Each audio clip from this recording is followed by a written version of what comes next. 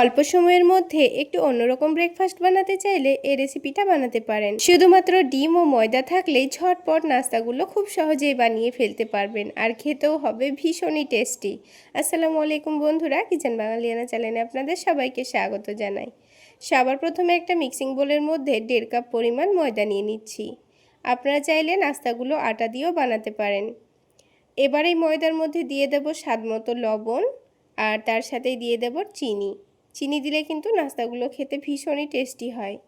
এবার এখানে পরিমাণ মতো পানি দিয়ে দেব।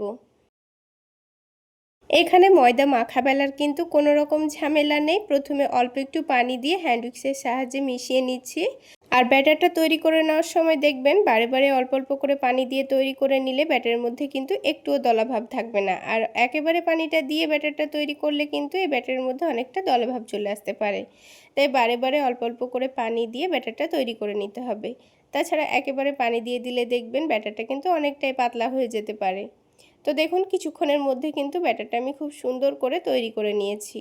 খুব বেশি ঘনও হবে না, আবার অনেকটা পাতলাও হবে না। এখন ব্যাটারটা এক সাইডে রেখে আলাদা একটা বাটির মধ্যে 2টো ডিম ভেঙে নেব। ডিমের পরিমাণ আপনারা চাইলে বেশি করেও নিতে পারেন। তো আমি এখানে 2টো ডিম দিয়েই কিন্তু নাস্তাগুলো তৈরি করে নেব। এবার এই ডিমের মধ্যে কোনো রকম মশলা দিতে হবে না, শুধুমাত্র ডিমটাকে খুব ভালো করে ফেটিয়ে নিতে হবে।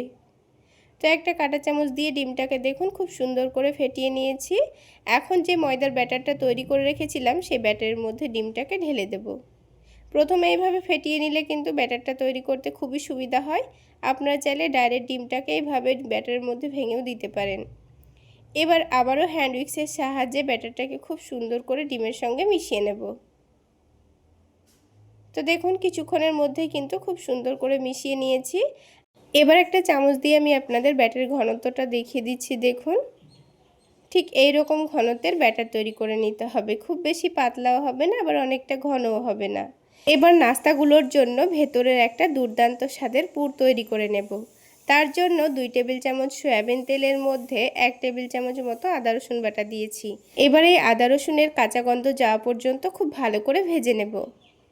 কিছুক্ষণের মধ্যে আদা রসুনটা খুব সুন্দর ভাজা হয়ে গেছে। এখন এর মধ্যে বেশ খানিকটা পরিমাণ পেঁয়াজ কুচি দিয়েছি, তারপরে গাজর কুচি দিয়ে দিয়েছি, ঝালের জন্য কাঁচামরিচ কুচি দিয়েছি। এবার সব কিছু একটু ভালো করে নাড়াচাড়া করে নিয়ে হালকা করে ভেজে নিতে হবে। তো এখানে কিন্তু আমি পেঁয়াজ গাজরগুলোকে খুব বেশি ভাজবো না, অল্প করেই ভেজে নেব। সবজিগুলো যখন হালকা ভাজা হয়ে গেছে তখন এখানে অল্প একটু বোনলেস চিকেন দিয়ে দিচ্ছি। আর চিকেনটাকে আমি আগে লবণ আর একটু আদা রসুন বাটা দিয়ে সেদ্ধ করে নিয়ে একটু ভালো করে ঝুড়ো ঝুড়ো করে নিয়েছি। তো আমি এখানে অল্প একটু চিকেন দিয়ে কিন্তু অনেকটা পরিমাণ চিকেনের পুর তৈরি করে নেব।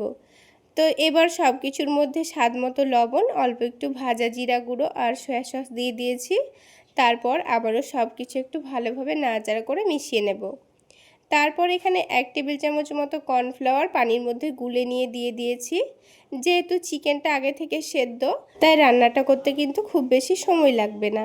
এবার নামানোর আগে 1 টেবিল চামচ মতো টমেটো সস দিয়েছি আর অল্প একটু চাট মশলা দিয়েছি। এবার সব কিছু একসঙ্গে ভালোভাবে নাড়াচাড়া করে মিশিয়ে নিতে হবে। এবার গ্যাসের ফ্লেমটা বন্ধ করে নিয়ে অল্প একটু শসা কুচি দিয়ে দিচ্ছি। শসা দেওয়াটা কিন্তু সম্পূর্ণ অপশনাল, কিন্তু দিয়ে একবার খেয়ে দেখবেন, খেতে ভীষণই টেস্টি হয়। তো সব কিছু একসঙ্গে ভালোভাবে মিশিয়ে এবার এটাকে আমি নামিয়ে নেব। এভাবে চিকেনের পুরটা তৈরি করে আপনারা চিকেন প্যাটিস, চিকেন রোল যে কোনো কিছু তৈরি করে নিতে পারবেন। তো এই চিকেনের পুরটা নামিয়ে রেখে প্যানের মধ্যে আবারও অল্প করে একটু তেল দিয়ে দিয়েছি। এবার আমি আপনাদের নাস্তাগুলো বানিয়ে দেখিয়ে দিচ্ছি। খুবই সামান্য তেল লাগে, খুবই অল্প তেলের মধ্যে নাস্তাগুলো বানিয়ে ফেলতে পারবেন। তারপর 2 চামচ ব্যাটার দিয়ে রুটির মতো করে শেপ দিয়ে দিতে হবে। তারপর নিচের দিকটা যখন খুব ভালোভাবে হয়ে যাবে তখন এটাকে উল্টে দিতে হবে। তারপর দেখুন অপর দিকটাও কিন্তু খুব সুন্দর করে একটু চেপে চেপে ভেজে নিতে হবে।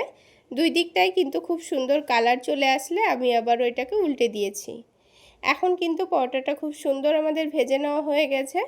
এখন এই পরোটার এক সাইডে যেই চিকেনের পুরটা আমি তৈরি করে নিয়েছিলাম সেটা অল্প করে দিয়ে দিতে হবে।